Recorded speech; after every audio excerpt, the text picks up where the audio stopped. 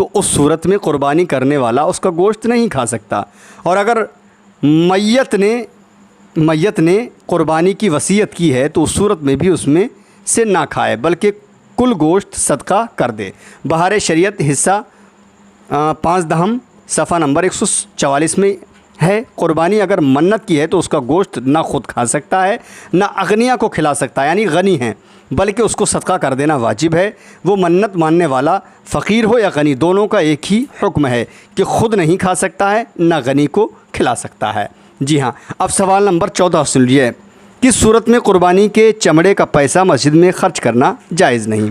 وہ کون سی صورت ہے کہ قربانی کا چمڑے کا پیسہ جو ہے وہ مسجد میں خرچ کرنا جائز نہیں؟ تو جواب نمبر 14 سن لیجئے۔ پیسے کو اپنے خرچ میں لانے کی نیت سے قربانی کے چمڑے کو بیچا تو اس پیسے کو مسجد میں صرف کرنا جائز نہیں، اس لیے کہ اس پیسے کا صدقہ کرنا واجب ہے، اور صدقہ واجبہ کو بلا حلیہ شرعی مسجد میں لگانا جائز نہیں۔ جی ہاں، اب آگے بڑھتے ہیں 15واں سوال اور آخری سوال۔ وہ کون سی صورت ہے کہ قربانی کا گوشت تقسیم نہ کرے بلکہ بیچ سکتا ہے؟ کس صورت میں قربانی کا گوشت بانٹے نہیں بلکہ بیچ سکتا ہے؟ تو آپ سن لیجیے جواب نمبر 15۔ جبکہ نابالغ کے مال سے قربانی کرے تو جس قدر ہو سکے نابالغ اس میں سے کھائے، اور جو بچ جائے اسے تقسیم نہ کرے بلکہ باقی رہنے والی چیزیں مثلاً کتاب یا کپڑا وغیرہ کی عوض بیچ سکتا ہے، جیسے کہ عنایہ شرح ہدایہ مع فتح القدیر جلد 8 صفحہ نمبر 429 میں یہ حوالہ موجود ہے۔ دوستو، آپ نے قربانی کے تعلق سے 15 سوالوں کے 15 جواب ملاحظہ فرمائے۔ اگر اچھا لگے نا، جانکاری آپ کو بہت ہی پیاری لگی ہو تو اپنے دوستوں احباب میں بھیج دینا۔ بالکل کنجوسی مت کرنا، کیونکہ عید کا وقت آ رہا ہے، اور اگر اس عید کے وقت میں یہ سوال اگر آپ نے دوسرے لوگوں کے نہیں بھیجے تو میں امید کرتا ہوں کہ یار مزہ نہیں آئے گا، ہر انسان کو معلوم ہو جائے۔ انشاءاللہ تعالی میں اگلی ویڈیو میں آپ سے ملاقات کروں گا، تب تک کے لیے اللہ حافظ، دعائے خیر میں فرمائیں۔ السلام علیکم ورحمۃ اللہ وبرکاتہ۔